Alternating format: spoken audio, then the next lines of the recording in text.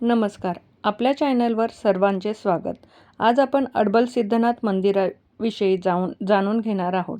अडबल सिद्धनाथ मंदिर हे पुणे जिल्ह्यातील भोर तालुक्यातील दांगवडी येथे पुणे-बेंगळुरू राष्ट्रीय महामार्गालगत वसलेले एक प्राचीन आणि प्रसिद्ध शिवमंदिर आहे.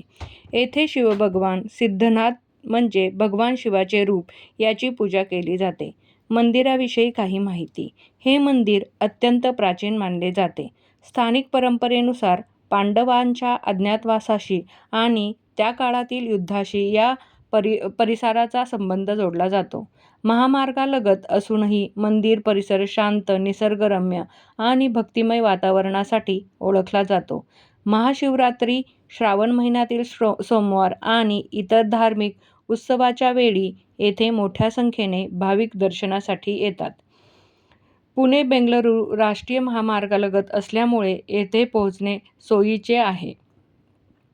अडबल सिद्धनाथ मंदिराशी संबंधित काही लोकप्रिय आख्यायिका महाभारत काळाशी जोडली जाते.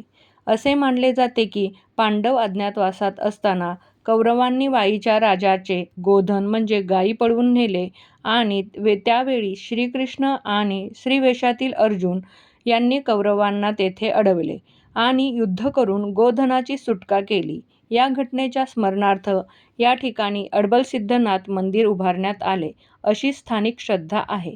मंदिराची काही वैशिष्ट्ये बघूयात. मंदिर अतिशय साधे असून दगडी बांधकामात उभारलेले आहे. प्रवेशद्वारासमोर नंदीची मूर्ती आहे. गाभाऱ्यात 2 मूर्ती आहेत. स्थानिक परंपरेनुसार त्या श्रीकृष्ण आणि श्रीवेशातील अर्जुन यांच्या असल्याचे सांगितले जाते. परिसरात दत्त मंदिर, शनी मंदिर आणि जुने पिंपळाचे झाड आहे, ज्यामुळे परिसर अत्यंत शांत आणि प्रसन्न वाटतो.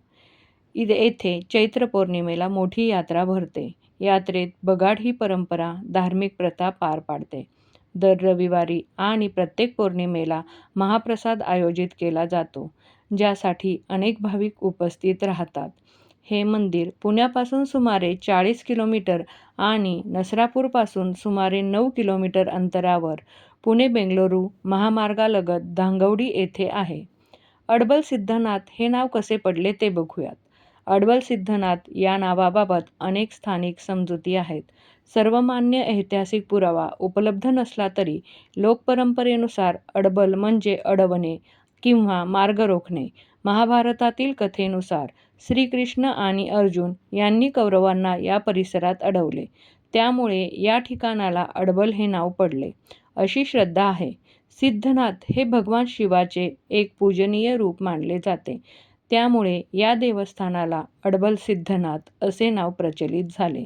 बगाड परंपरा म्हणजे तेही जाणून घेऊयात.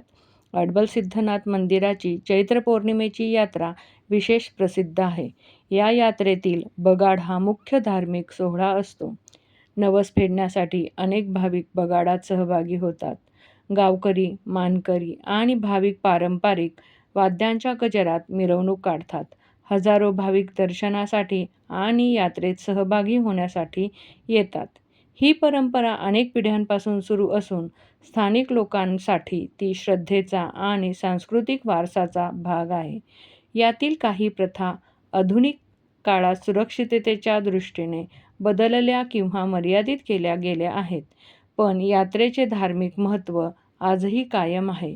अडबल सिद्धनाथ मंदिर हे धार्मिक श्रद्धेबरोबरच इतिहास, लोकपरंपरा आणि ग्रामीण संस्कृती यांचे सुंदर संगम मानले जाते. मंदिराविषयीची माहिती आवडल्यास लाईक, शेअर, सबस्क्राईब नक्की करा.